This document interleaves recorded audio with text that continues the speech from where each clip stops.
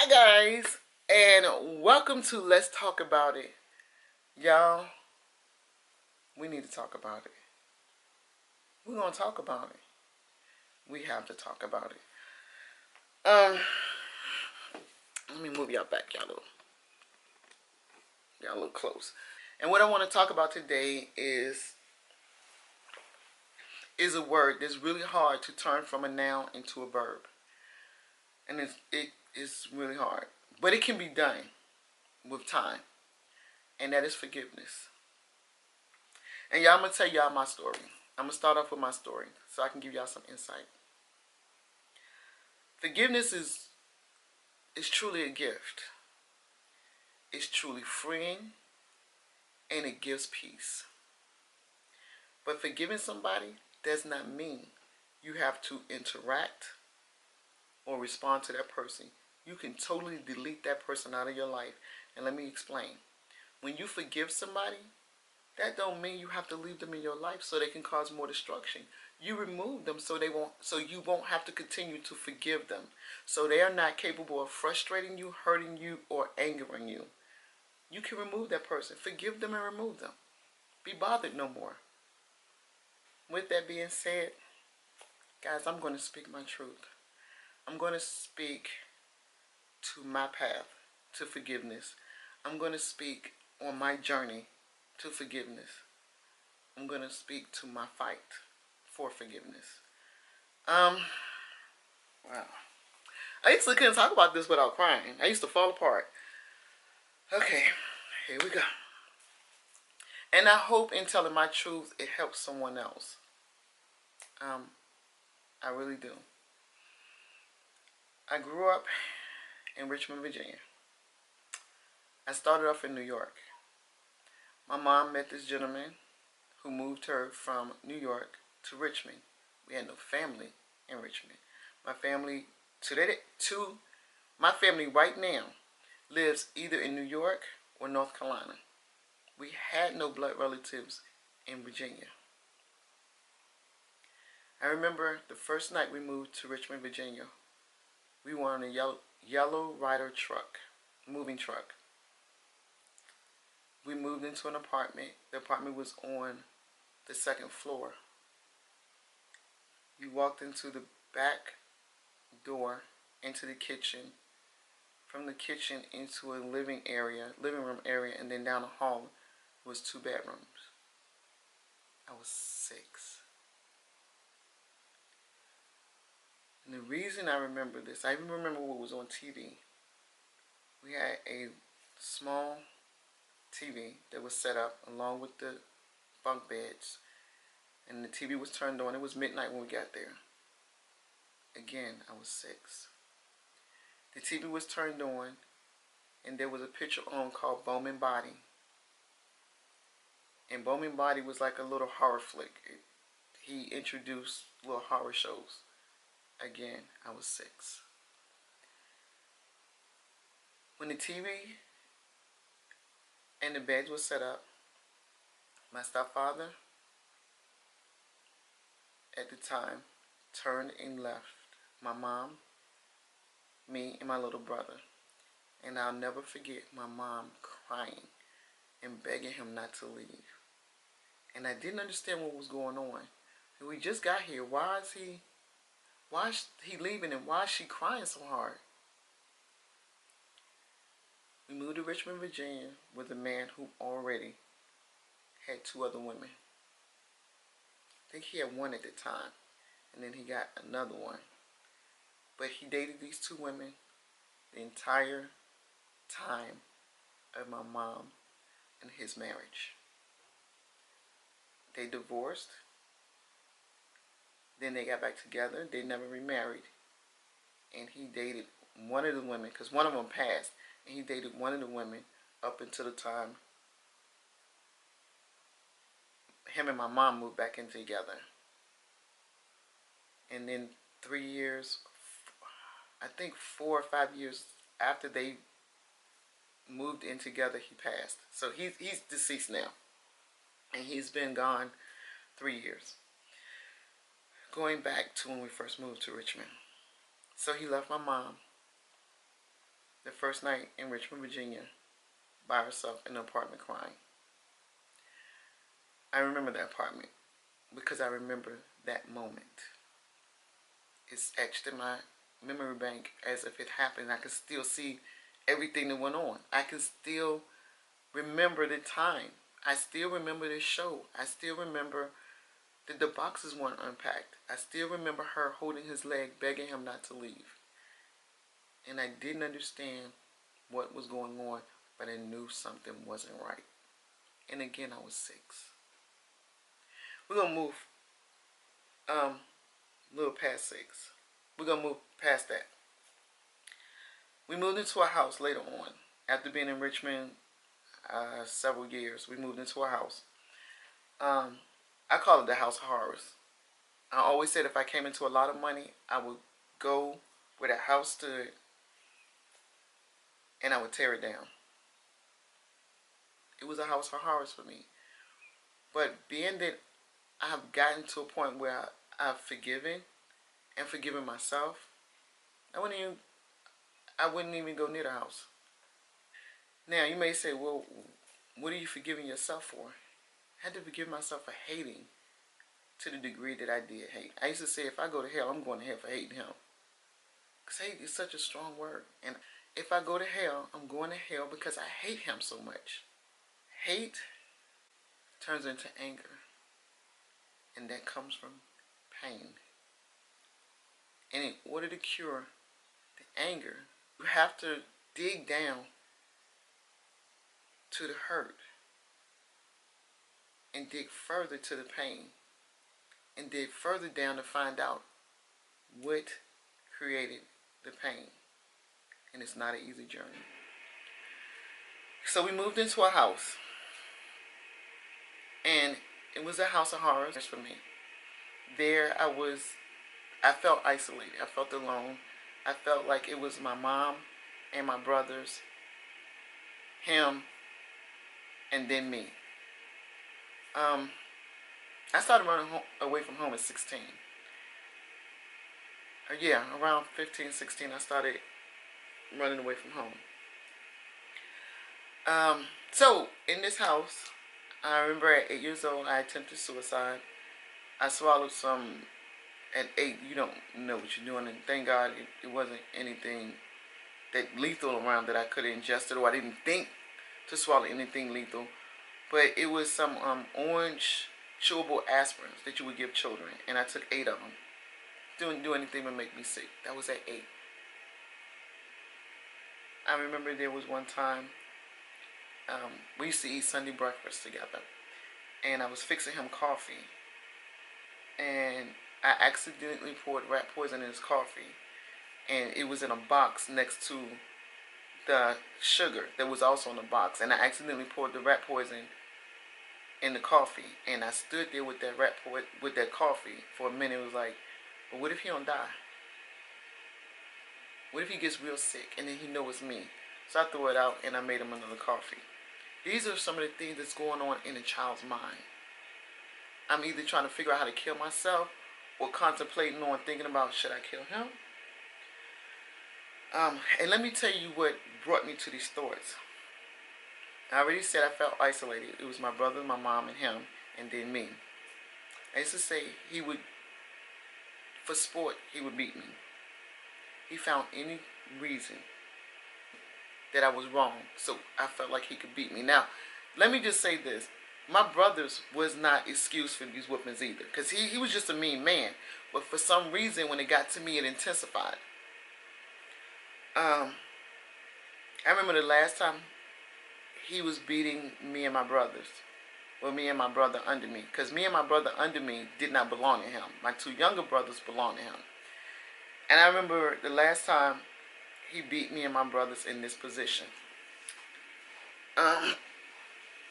What he would do is take our hands and hold them behind our back like this, bend us over and put our head between his leg, and then clamp his legs closed, and that's how he would whip us. And I can't remember what it was that we were getting a whipping for, because it could have been anything. Like, we would get beat out of our sleep. We would, as a female child who did not belong to him, I've gotten beaten while I was in the tub with a belt. But the last time, I remember I told my brother, listen, let me go first. Let me get beat first. And my brother is 5 years younger than me. And I think I was 12 at the time. 13. He had to be 7. I said, let me go first. He's not going to beat you after I finish.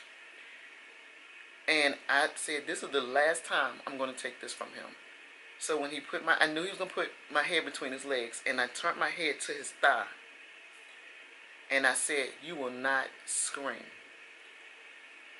So when I turned my head to his thigh, I was able to bite through his jeans onto his leg. So every time he hit me, I bit down. He hit me, I bit down harder. He hit me harder to try to make me let go, and I bit down harder. I think he hit me like 3 times before he stopped. He didn't beat my brother. That was the last time he beat us in that position.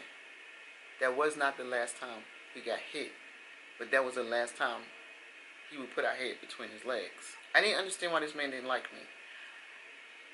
At a very early age, I knew he wasn't my father, so I didn't call him daddy. I didn't call him dad. I didn't call him pops. I didn't call him anything. I would just start talking to him. There were times he would beat me because I wouldn't call him dad. And my mom knew he was beating me because I wouldn't call him dad. And the more he beat me because I wouldn't call him dad, the more I refused to call him dad. After he passed recently, well, he's been gone 3 years? 3 years. After he passed, I asked my mother, I said, why do you think he didn't like me? And she said, because you were the only child he couldn't break. As I got older, I realized he was a coward. So I refused to let him break me. As I got older, he would speak things into my life that I would not allow to happen. Like when I first got pregnant with my first child, he told me that I might as well move into the projects and be on welfare because that's all I was going to ever be worth and nothing more. I never lived in the projects. I refused to let his words be my truth. He did what he could do because he was allowed to do it. When I got older, I did not allow him to do it, and especially to my children. Let me get back to me running away from home. There was 2 incidents. Well, there was one deciding factor that said, I'm not staying here no more for this. We had a home phone that was in the kitchen, in the dining room on the wall. And he was leaving one day and he said, don't answer the phone. And I said, no, he said, don't get on the phone. And I said, okay. Well, as soon as he left, I guess he had one of his friends to call the house. As soon as he left, the phone rang and I picked up the phone. I did not know he was standing in the backyard looking through the dining room window. So he came in through the back door and he slapped me so hard, my head hit the wall and I couldn't turn my head for 3 days. And I said, I'm done. I am done. And I started running away from home. I would only come back if I had nowhere else to go, if I had nowhere else to sleep. But this means there was no more abandoned buildings I can get into. This means none of my classmates had no more room for me because I moved in with a girl for a while that was in one of my classes. I moved in with her, but then her mom was a drunk, really bad alcoholic, who would literally let men come in the room with us while she got drunk. And I was like, I'm not doing this. So I left her house. I was walking around Regency Square and I had my suitcase and I met this guy. He was working at a kiosk and he said, you know what are you doing in the mall with your suitcases? And I was like, I don't know, I'm just trying to figure it out. He said, well, you can come stay with me. It was just that quick. And I moved in with him. It happened to be him and his sister, but thank God it was okay. So I would go home only on intermissions when I couldn't find anywhere else to go. When I would leave, it seems like they became a more cohesive family. When I would come back, my brother would say, oh, we went out to eat. He took us shopping. We did this, we did that. As soon as I would come back, it would stop. I would leave, and I'd be gone for a couple of months. I'd come back, and my brothers would say, oh, we did this, we did that, we did this, this, and that. I'd come back, and stop.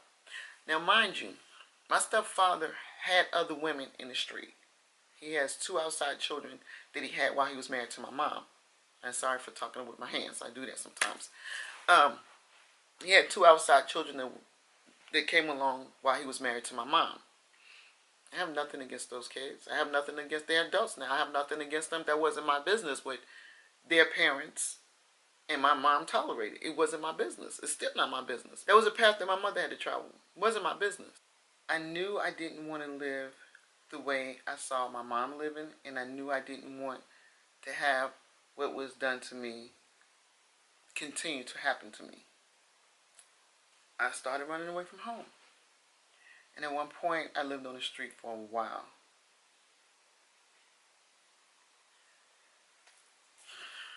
This man was very mean. Let me tell y'all something. When I learned I could cuss that man out, and I saw who he truly was, who I always knew or suspected he was, it wouldn't be nothing for me to be in his presence and cuss him out. I would just do it to rile him up. I would just do it to rile him up. We could not be in each other's presence without me starting something. And it was like I was going to make him miserable the way he made me miserable. I was going to make him pay for the things he did to me. There was a time where my little brother, we had all moved to Winston-Salem. My brother under me and Shane and the kids, we had all moved to Winston-Salem. And we had came back to Richmond to visit. And my little brother had stayed out. He was 16 at the time. He stayed out. He was 16 or 17. He had stayed out. And still in the house that we had moved to, that we grew up in. He had stayed out. His uncle brought him home. Well, my stepfather was there, and he was standing on the porch. So my brother got out the car, and he walked up on the porch, and my stepfather slapped him. Now, me and the brother, next to the youngest, was sitting on the porch. We never moved. He slapped him. And my younger brother didn't flinch, nothing. He just looked at him. He had a look in his face that he was tired of it. Me and my other brother didn't move. He slapped him again, and my brother just looked down. He slapped him again, and my brother just stood there. My stepfather started yelling at him, and I jumped up and jumped in the middle of it. I said, you know what? We lived through this shit all our lives. I'm not about to stand here and watch this happen. You're not going to hit him. What is this going to resolve? You hitting him like this for what? He was like, get out of the middle of it. Shut up. I was like, I'm not getting out of the middle. You're not going to hit him again. He went in the house to get a gun. And I never forget, all hell broke loose. He said, I know how to shut you up. I said, I wish you would.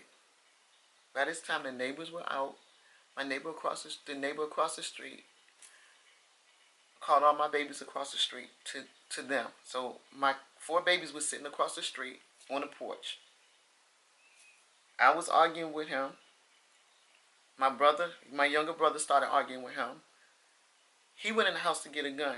I don't know if he was going to shoot me with it, threaten me with it. I don't know what he was going to do. But the brother that was sitting on the porch with me, not the brother under me, but the brother under him, the knee baby, he went in the house, and him and my brother got to tussling over the gun. My mom was in the house on a coffee table. Her body was there, but it was like she exited the scene. She never moved. It was like she was comatose, or she was in some kind of catatonic state. Like she never moved. With all this chaos going around, she never moved. My brother got the gun from him, and I never forget, he came out the back door, and they must have got the tussling real hard because my brother's hand was bleeding, but he had the gun in his hand. I said, you know what? Take care of my kids. Give me the gun. I'm going to kill him. I'm going to kill him. I'm going to sacrifice myself for everybody. I'm just going to kill him. My brother wouldn't give me the gun. Somebody called the police. My forgiveness had to start with him first. Because in my eyes, he did the most damage.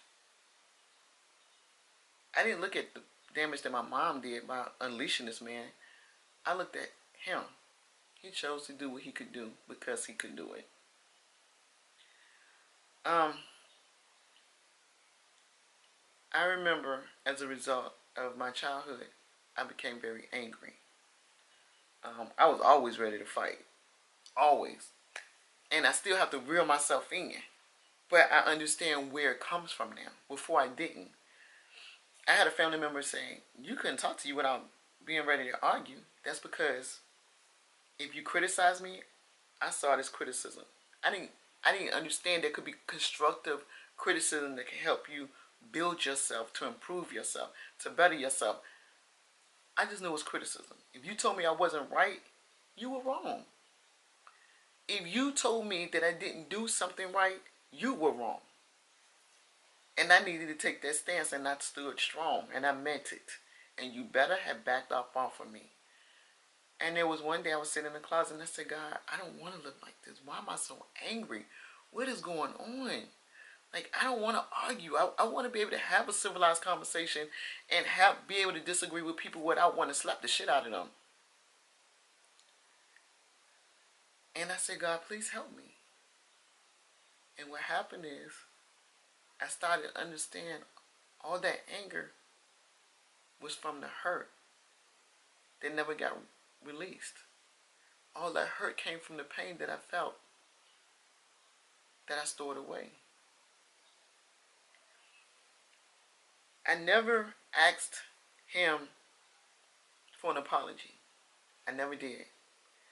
The one thing you can do that can hinder your journey to your healing place is to ask the person that hurt you to heal you.